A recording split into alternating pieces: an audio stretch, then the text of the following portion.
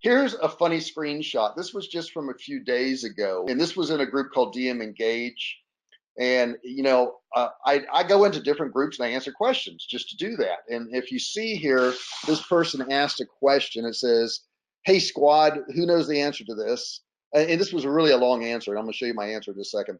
"I'm thinking of selling a new physical product I've created. I'd sell a pack of 3 for $12. I'm concerned that it will cost me more than that with ad spend, etc., i.e. negative ROI.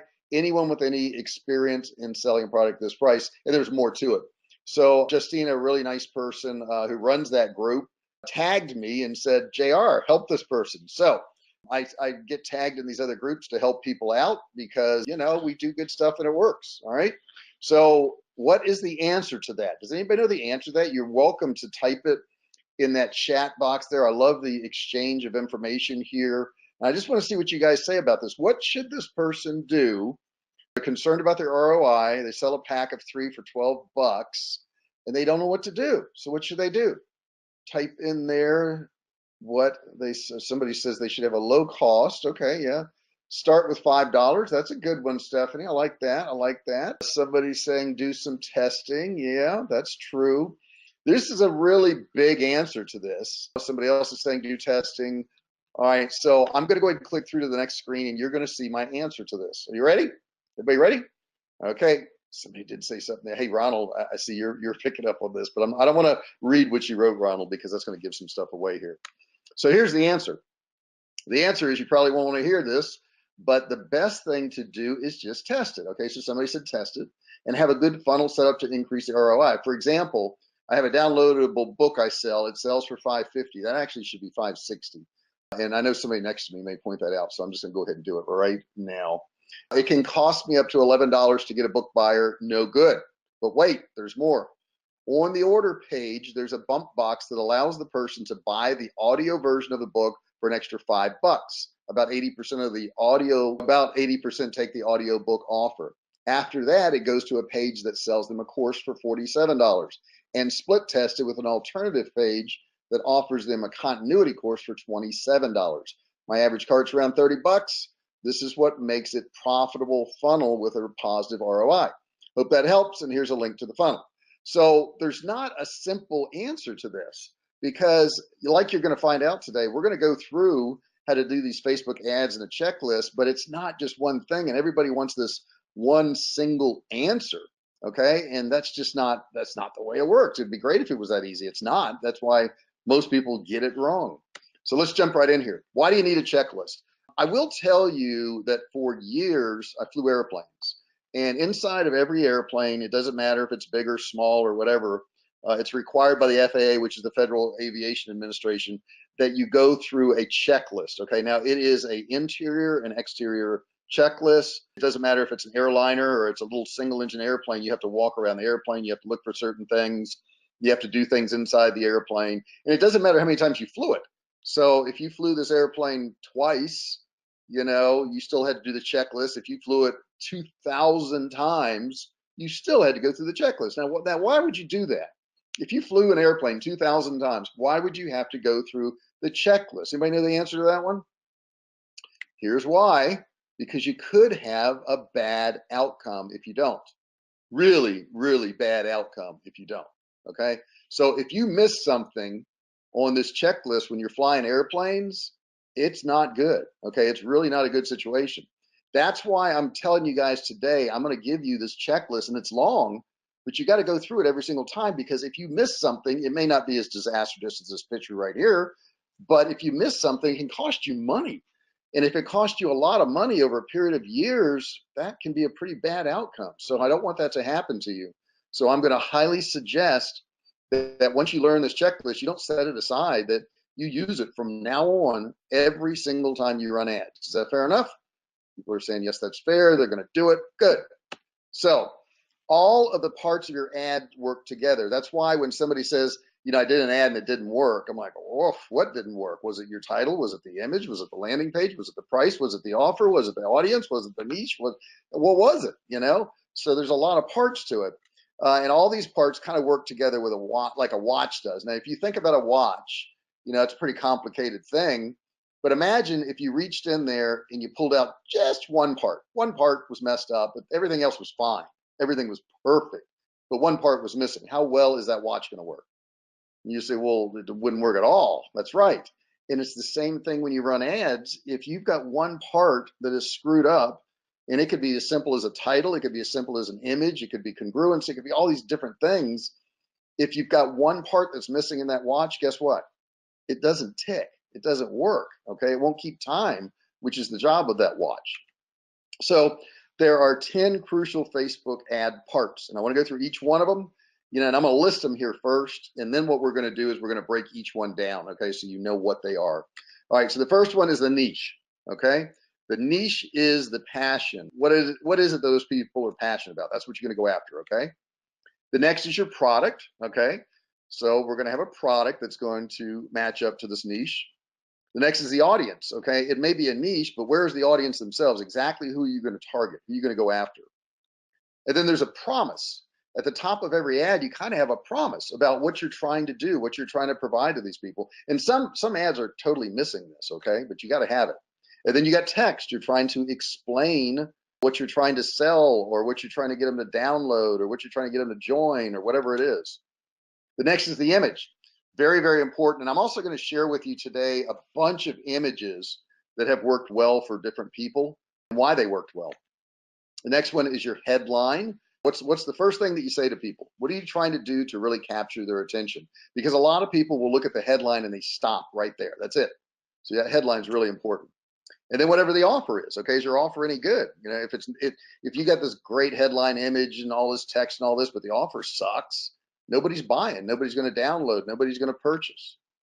And then you got your landing page. Your landing page is part of your ad. People think it's a separate deal. It's not. It's all part of it, because if you get all these parts of that watch working and then you send it somewhere and there's a crappy landing page, then it's not going to work.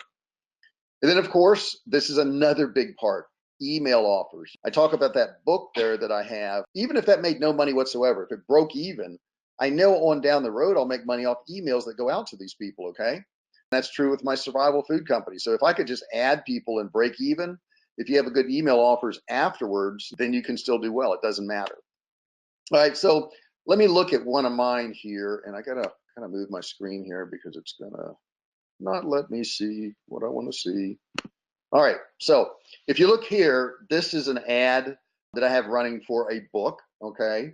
And the first part is got a little mailbox there. And I would highly suggest you guys using these emojis now. I mean, they really do get attention. They'll draw people in. Somebody's asking if there's going to be recordings. And yes, there will be a recording. But I will tell you, my section of Facebook is messed up right now.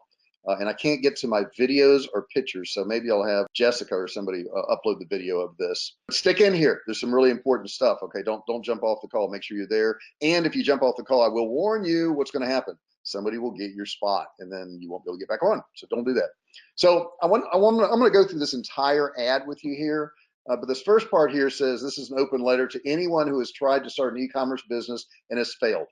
Now, that particular sentence there really narrows down the audience. Okay. So if somebody has not ever done an ad, it's not going to resonate with them. Okay. If somebody's done ads and they're doing pretty well, they're not going to be interested in this. But if somebody's done an ad and it failed, which I got to tell you, that's the majority of the people who do ads, they're going to read that and go, yeah, that's me. That's exactly me. And then I help them out a little bit. I say, the truth is, it's not your fault. Okay. And I want to go into this ad a little bit deeper. So what I did is, and I'm staying live here, but I'm going to show you a video of me scrolling through it, and I'm just going to talk over it, which is right here. Let me start that. So I want you to be able to see everything. If you click the see more right there, you can see it's a pretty long ad. And I call out with that sentence, have you spent your hard-earned cash on ads? It did nothing. It sucked money out of your bank account. There's a link there. Have you tried to sell products? You probably worked really hard. Okay, some people have bought from you, but not enough. And I want to share with you, I figured out a few things that aren't taught anywhere. How do I know these things? Because it's what I did and what I learned. If you want to learn from somebody who sold millions of dollars of products online and still does sell products, okay, then read on. So I'm calling them out right here. I've been in e-commerce since 2009 and sold millions of dollars of products. Heck, I even have my own brand of products that are sold by thousands of other companies, including Walmart. I show them where they can get the book here. I have another link in there. So I ran this little experiment using some old school search techniques, many of which nobody even knows about. I asked some of the techniques to other people I know, and they were astonished at how well the strategies work just for regular day people, okay, everyday people, without having any technical knowledge or previous experience. Within days, these people were finding and selling profitable products without ever selling anything online before. That's right. They found and sold all profitable products without having any experience in e-commerce, and it all started making money. I started teaching these strategies to more and more people and soon found out it worked for them as well. So I put the system into 4 simple steps, turn them into an easy to read book, and I'm going to teach you how to do the same thing. There's another link there. So we've got a lot of links in here. In fact, you can use my system to sell all kinds of products online without having to invest one single dime in inventory. But don't just take my word for it. I talk about one of my students here. She sold t-shirts, mugs, posters, jewelry, other turtle stuff, and never had to put out any money for inventory. Didn't even have to ship out the products because the manufacturer did it all for her. I had another student in the camping industry who sold recreational vehicle products by running little ads, never put any cash in inventory either. All in the 40-page book, and I got another link right here, so another link for them. Then there's more of this little book than just finding products. That's just a fraction of what you're getting. And then I start listing all the things that are in here. 4 simple steps to find products. Now put the page number, page 12. Know exactly what your profit will be before you advertise, page 24. Get in and set up, page 16, page 23, page 8. So I list all these things so they know exactly what's going to be in the book. And I talk about the old way of doing things and how to eliminate shipping costs. These are all points that people worry about, they're concerned about, and I list them over and over. And each one, if you notice, has the page number. And then I tell them that's just the tip of the iceberg, okay? Can't wait to see how it works for you. So there's a lot of selling going on in this text here. I mean, there's a lot of stuff written there, right? But you get the point. I mean, if you want somebody to click, and I'm selling a $5.60 downloadable book here, okay? So it's small, right? So let's talk about all these parts, and I'm going to move this screen here a little bit. What is a niche? Okay, that's the first question I'm going to ask you. What is a niche? Okay, because there's a lot to it. And I want to move my screen because I'm blocking myself from seeing it. Let me get to that particular screen right there. There it is. It's a distinct segment of the population that has passionate and strong motivation to express one's way of seeing the world. This niche passion often inspires the person to demonstrate their passion by wearing or using products that show others their ideas about a particular subject, okay? So this could be people who like whales or cats or motorcycles or whatever it is they're passionate about. So then we talk about how you're going to pick a niche. Here's the first step in doing it. It's got to be a strong passion, okay? You can't say, well, I want to target people who wear tank top shirts. Okay, I mean, they may like them, but I don't know how passionate you're going to be about wearing a tank top shirt. Okay, just, and where would you ever find those people? So it's got to be a really, really strong passion about something, whatever it is. People who are, passionate about trees. I'm going to show you a woman in just a second about that who's passionate about saving trees. Okay, she may be a little too over passionate, by the way. Must be a large enough audience. Okay, you can have some really super passionate people, but if the audience is too tiny, you're not going to be able to target them. So you got to kind of think about that. Or if it's too broad, you're not going to be able to target them either, like the people who like to wear tank tops. It must be a Facebook group about the niche. Now, I used to say you should be able to find some, or if you can find some, it helps. Now I just flat out say, if there's not a Facebook group about your niche, you need to quit right there. Because there are Facebook groups about every niche now that there's enough people to get together. So, I mean, if you can't find a Facebook group about your niche, I would say don't go down that road. You must be able to sell related or demonstrative type products. When I say demonstrative, products that actually show that niche, okay, that demonstrate how strong they feel about that. And here's a woman who is really passionate, really passionate about her niche. Her niche is loving trees. She's so in love with a tree. I don't know if she's really had sex with the tree, but she, I think, married the tree. I would not recommend you going after these people, though there's probably a Facebook group for them. But some niches, some people are just weird, okay? And you're probably not going to find enough people like her to target, but there are people like her out there. Now, this product here sold millions of dollars of this particular product, and I'm going to move my screen to see if you guys can figure out what it is. And they say that it saved their marriage. This product actually saved their marriage. Does anybody know what that product is? Let me scroll back to it here. I lost it. Does anybody have any idea what that product is? And if you do, put it in the comments there. Just your guesses of what that product is. Sold millions and millions of dollars of this particular product. And the headline was "Saved My Marriage." What is it? Somebody says it's a banana slicer. Stephanie says that. Kelly is seconding it, that it's a banana slicer. Okay, now I'm not going to give you the text to this, but it was really, really silly. But I want to point out a few things about this product, because that's just a plastic thing that you set down over a banana, and I guess they assume every banana is that shape. So I don't even think it'd work on most bananas, because you'd have to find a banana that's exactly fits that thing. But it must be small and lightweight. Why do I say that? Because this is your initial product we're talking about. This is the product we're talking about where you're actually trying to gain customers that you never had before, okay? So it's got to be small and lightweight, especially if it's a physical product. If it's digital, obviously it doesn't matter. Next, it must be able to be purchased for under $20. Do not try to go out and hit a cold audience with a $50, $60, or $100 item. You're probably not going to be successful. Now, somebody's going to say, well, I know somebody who sold them. Okay, there's always an exception to the rule, but I would rather go with the majority, okay? Why go against the majority? The majority of the time says you're going to have a product that is going to be under 20 bucks. It's got to be unusual. So far this product fits that, doesn't it? It's small, lightweight, could be purchased under 20 bucks, and it's unusual. So it's a common thing, like an ink pen, people probably aren't going to buy your product. They can get ink pens anywhere. Doesn't matter. So it's going to be a little bit unusual, and it must be difficult to find, okay? So your product, like, that banana slicer there, I don't know, this ran in 2012, that's probably not something you're going to see on the standard shelf, right? It was something a little bit different. And it doesn't have to be entirely different where you can't find it anywhere, but just a little different where you wouldn't find it in the store. Okay, so now we're going to move on to the next step of how to pick your audience. All right, they must have at least 500,000 or greater. Now, some people will argue this and say, well, I did it 300,000, 350. Well, maybe you could, but we're trying to have some benchmarks here, okay? And if you have 500,000, then it's going to be a little bit more sustainable.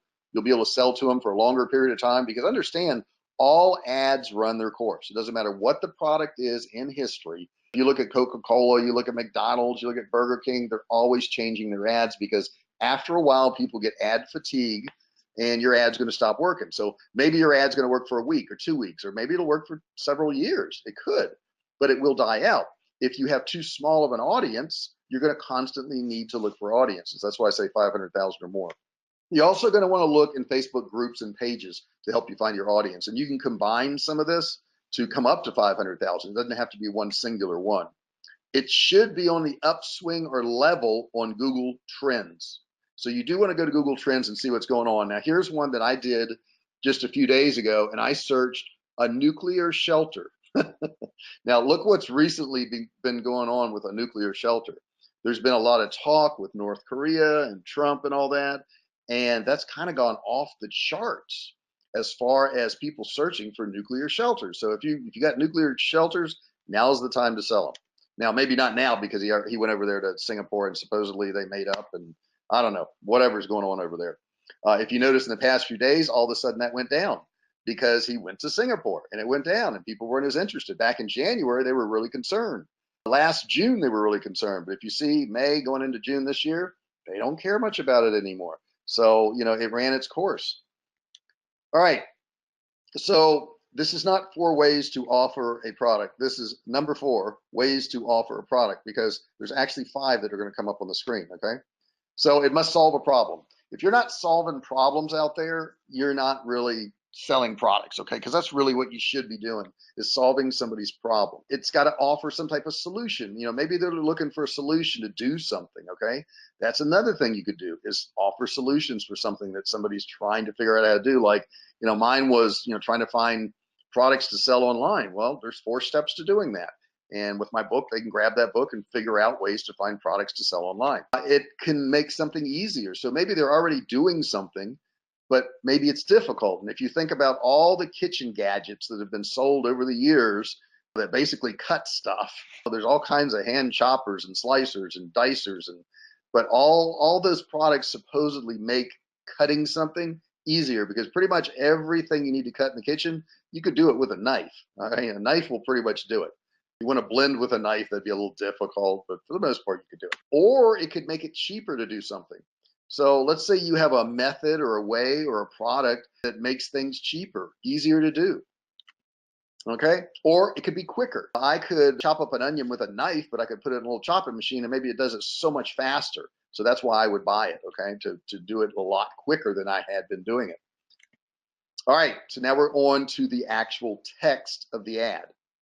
Next important step, because all these things work together, like I told you in the beginning. You may want to call out a group of people who tried something. And then it's kind of like that Me Too solution. Like if you notice in the ad that I just showed you that I ran for the book, it's like, have you ever tried to run an ad and not succeeded? So I was calling out that group. It can also tell a story. You can have an ad that actually gets into a story. I remember when I did blah, blah, blah, blah, blah, and you can combine these things. So I called out a group and I actually told a little bit of a story in that ad too. It can give proof of success, which I also did. I talked about, a couple of people in there who tried using, finding a product and, the results they got. So you can do that.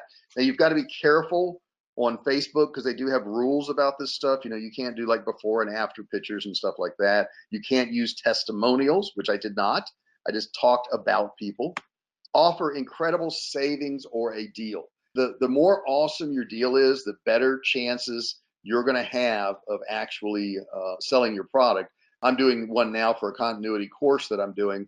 And I mean, it's just an incredible deal. I mean, it's like they get all kinds of stuff. They get software and they get memberships and they get training and they get and it's for $1. They only have to pay $1. Okay. So it's like a really incredible deal. Next thing is your image. Now the image is probably the most important thing you're going to put out there. And the shame of this is I see a lot of new people who go into AliExpress and they get the images that the manufacturer has and they slap them up on Facebook and they go, my ad didn't work. No. You've got to have a much better image than that. And I would suggest anybody who's selling a product from AliExpress to get it shipped to you first and check it out. Take your own pictures. You can do some cool stuff with it. If it's jewelry, you can have somebody wearing it, or if it's a gadget, you can do a video of it working. So it's got to be maybe shocking, something that's really going to shock me. And I'm going to show you some really shocking images in just a second. It could be surprising, something that you wouldn't imagine that product could do. It could be a funny image, right? We all love funny stuff. Think about how much people watch cat videos. It could be counterintuitive. So, it's showing something that it's just the opposite of what you would assume it to be. Like I said, it could also be a product in action if you're actually using it. Maybe it is a chopper for the kitchen and you're showing how quickly it does stuff. Now, you want to use little or no text on your images. I've gone to almost no text on any of my images now. Facebook only allows 20%, but I will tell you what they do is they show it to less people the more text you have on your image. So you want to be really careful about that. So here's a couple of images. These are obviously old ones. They were selling Marlboro cigarettes and using babies. And that's awesome, right?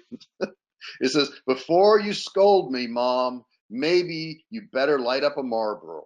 So what are they saying right there? They're saying, boy, these Marlboro cigarettes, they really calm you down. And I guess you won't beat the crap out of this infant baby. And then they got one for the males too. It says, gee, Dad, you always get the best of everything, even Marlboro. Wow. So they're saying that these Marlboro cigarettes are some really good stuff, right? It's crazy, right? The kind of ads they used to run. But you're going to look back on the ads they're running right now, 20, 30 years from now and probably think the same thing. Here's an interesting ad. This one here was for domestic abuse. And it kind of shows the woman kind of beaten up. The arm looks obviously out of place. That's a man's arm right there. She's got a bruised eye and she's not going to tell anybody about it. And they're saying you should. Okay, which looks like a really good ad. I'm sure they got a lot of response off that one. Here's an interesting one. This is a counterintuitive one, right? This is butter, good and good for you. Your nutrition tip, butter is slippery. That's why we eat as much as possible to lubricate our arteries and veins. Now, this is a pretty funny ad here, but we've gone through the cyclical thing about fats and, saturated fats and all this all around the world.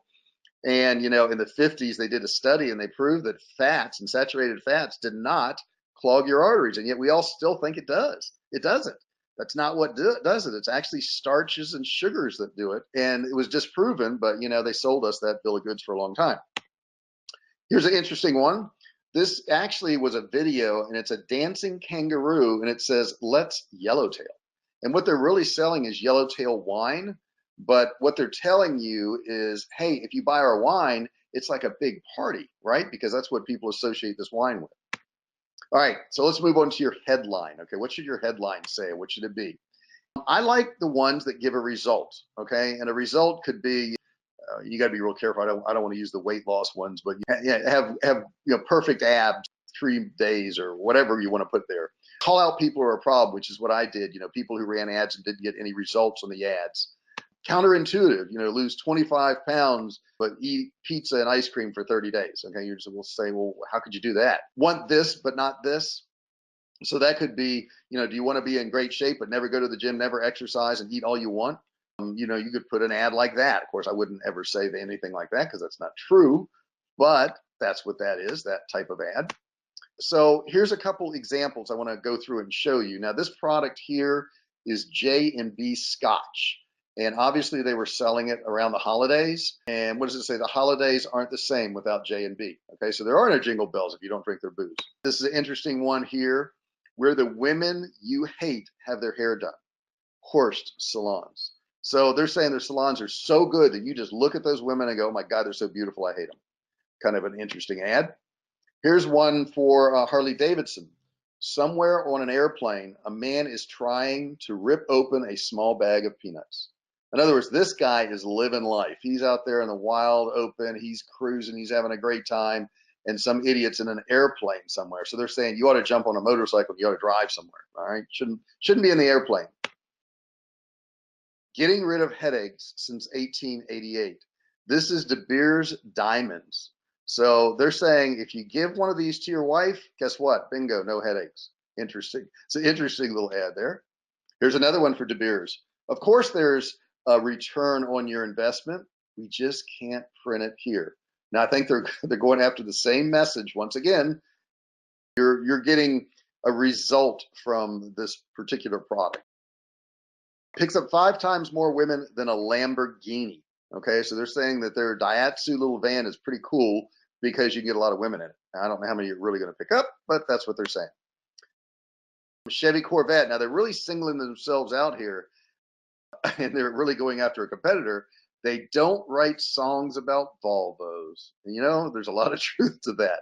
So if you want to be cool, if you want to be hip, you want to be all of it, you want to get a Corvette. That's what they're saying here. My bonus is faster than your bonus. So they're basically saying if you get a bonus, if you're that executive type guy and you want to get a really cool car, what are you going to get? You're going to get a BMW because you're going to be really cool, right? I don't know about that. The BMW drivers around our town aren't that cool, I don't think, but I'm not picking on BMW drivers. Actually, I am. So what's this one here? Protected by more prenups than any other car. Wow. So they're saying that this is the car of rich folks, okay? So if you got one of these cars, you're rich, you look rich. That's how people are going to think about you. And if you think about it, there's a lot of truth to that. I want to go back to that BMW ad for a second. The large BMW, actually BMW owns Rolls-Royce. I don't know if you know that or not. And the large BMW is built on the same chassis that's Rolls-Royce is. Now, the large BMW is about 100 grand. The large Rolls-Royce is 400 grand. What's the difference? Well, they explain it this way. If you pull up to a meeting in a BMW and you get out of the car and go into the meeting, they go, oh, he's got a BMW. If you pull up to a meeting in a Rolls-Royce and get out of the Rolls-Royce, they go, holy crap, this is somebody to deal with right here. He's driving a $400,000 car. So it's really image. Both those cars got you there just fine. They're both comfortable. They're both nice. And, one's got a little bit better leather in it, maybe a little bit more room, but it's the same company. Okay. So you need to kind of think about that. What's the message they're trying to send? I love this one here. Cheap enough to say Phuket. Phuket is a place, of course, in Thailand. And you could pronounce that word another way, but they're basically saying you just got to go. I mean, their prices are so great, you just got to go. I think that's a great billboard right there, by the way. Yeah, a couple people are commenting that they love that billboard. Now, let's talk about the actual offer itself. We're down to the wire on this. The offer itself is it's gotta be an unbelievable deal. The offer I'm talking about now that I mentioned, the one we're getting ready to do, it's a $1 to join, and then it's a monthly continuity, but you get $6,200 worth of value. 6,200 bucks. That's a great deal. If you don't have an unbelievable deal, you're probably not going to sell your product. Okay, so that's really important to understand that. It's got to have scarcity. So it's got to be something that they can't get tomorrow, the next day, the next. They can't get it forever, or otherwise there's no incentive to act. They must have urgency. Okay, if they don't do that, the price is going to go up. This deal is going to go away. There's a limited supply of them. Some type of urgency there. And there must be no risk. In other words, if they're buying your product like ours, a $1 opt-in, we tell them if they don't like it for any reason, they can cancel. Simple enough. They don't have to worry about anything. Easy to do. Now let's talk about your landing page. What's going to happen here on the landing page? They should only have one choice on the landing page. I see a lot of people with Shopify stores, and they don't use a landing page. They just send them to the product page in Shopify. The problem with that is that when they go there, they've got all kinds of choices, right? They got your menu, they got your blog, they got all these different things they could click on. So I highly recommend, if you're running ads, do not run them to your product page, because you just can't even do some of the stuff you need to do. And if you send them to a product page, there's too many distractions. You want to get them to a landing page somewhere that's going to sell that product. They must have an order bump. And to do that in Shopify, you're going to have to get some apps and do some other stuff. So why bother? Just go ahead and get another landing page type thing.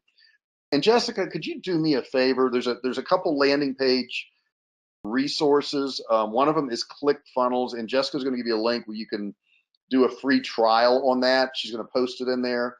The other one is Kartra, and that is in our resources. In Kartra in the affiliate section. So if you go into Kartra, she'll get that in a minute, guys. Don't worry about it right now. We'll put it up there. And what you do is just go into links there, Jessica, and then you're going to find one. There's a little webinar that teaches you about it.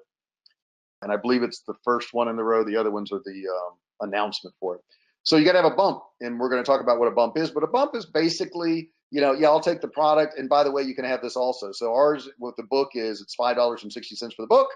And if you want the audio, it's only $5 more. So they click that little box, and we improve our income there, and it doesn't cost us anything because it's already recorded audio, right? But they get value, and it's a good value for them. It's got to be congruent. That's another thing I see that's huge, is people will run an ad, and that ad doesn't look anything like the page that people are going to. And that happens a lot on Shopify stores. They run an ad for a product, and when they get to the page, it looks entirely different. Colors are different, words are different. Gosh, sometimes they don't even have the same product there, and it doesn't work if it's not congruent. So it's got to be congruent. Next one is they must have few choices. Don't send them to a page where they can get 4 different models of the same thing. You don't want that. Now you're going to be thinking in your brain, well, if I've got all these different choices, I can get the people who want something a little bit different. You won't. It won't work. It's not going to happen because they clicked on the ad because that's what they expected. So don't do that. And I got to move my screen here to get to that landing page thing here. Excuse me for that, guys. Scroll through, get back to where I was. When I click on my screen, unfortunately, it kills some of this stuff. Okay. You also must have OTOs. What's an OTO? It's a one-time offer. So after they bought your product, it should go to another page, and it should say, hey, add this to your order right now, whatever that product is. It should be a more expensive product too. So, that's another thing that you should have, and that's why it's more difficult to do it in Shopify. That's why I recommend, just because we're putting in there a link to ClickFunnels and Kartra and all that stuff where you can do these things. Must have downsells. What's a downsell? Well, when they get to the OTO, the one-time offer, if they don't take it, they're going to click a button and say, no, I don't want this. Don't add it to my order. It should go to another product that downsells. And the reason you want to do this is what makes your funnel more profitable. This is the information that I showed you in the beginning where I was answering that person's question, and I was talking to them about what they need to do to make that funnel profitable. They got to have all these different parts. It also must have a guarantee. All products need to have a guarantee, okay? Everybody worries, what if I don't like it? What if it doesn't do what I want? I was looking at some statistics the other day, and it had to do with how long a guarantee is, and you could look at 30 days, 7 days, 60 days, whatever you want. And this particular person went from a 30-day guarantee to a 60-day guarantee. Okay, and the results were pretty interesting because at the 30-day guarantee, they had a 7% refund rate, 7%. At the 60-day guarantee, they had a 7% refund rate. Same exact one, but they got 9% more in sales at the 60-day guarantee. So that's something you want to think about. And you want to test it, okay? Next one, you must have continued offers, okay? So that means after you've sold them, after they've been through the funnel and all that, you've got to have an email follow-up that is going to send them to more offers, which I'm going to talk about obviously next. Emails. Now, how are these emails used? Well, the first way is for abandoned cart. You know, about 85% of the people that put stuff in their cart never check out. And the reason they don't check out is because they got interrupted, okay? They got, I don't know, somebody, an email came up, or, you know, they were thinking about it and they're like, I don't think I'm gonna do that right now. So these emails need to go out for these people who added something to their cart but didn't complete it. Next one is reminder emails. You know, maybe they just totally forgot about it. So, you know, a day or 2 or 3 days later, I'm going to send them a reminder about this. Related products. So these emails I'm going to send after they bought a product from me, I've got to have a bunch of other products that I can send them emails on. If you don't get them, you won't be as profitable, or you won't be profitable at all if you don't do these things. And the next one, it should be higher price products. If they spent some money with you, they're primed to spend more money with you, but you got to offer it to them. They're not going to spend money. They're not going to give you money if you don't ask for it. You got to ask for money. And then you can also do services. You know, maybe your products lend themselves to services. You know, we have survival foods, and we sell survival foods, but we also have survival courses they can go through. So it's another service that we can sell those people. You can also do content. Don't always sell them stuff. Give them good information. If we're in the survival niche, so, you know, we send out emails about content, about things they can do, how to start a fire, how to protect your family, you know, how to protect your home. Here's some interesting ones I found off, and I'm going to have to move the screen again, which means it's going to disappear for just a second. Hang on, guys. Let's get back to that. Okay. And I love some of these headlines here. This is from BuzzFeed. 32 texts that will make you laugh way harder than you should. I mean, you want to click on that, right? Do you ever feel like you love dogs more than people? Well, you weirdo, these hilarious tweets are perfect for you. People are going to click on that. Those are good headlines. Oh no, it happened again. Olympic divers got accidentally censored, and it looks pretty inappropriate. Right? So people are going to look at that and go, well, what the heck is it? What's going on? What happened?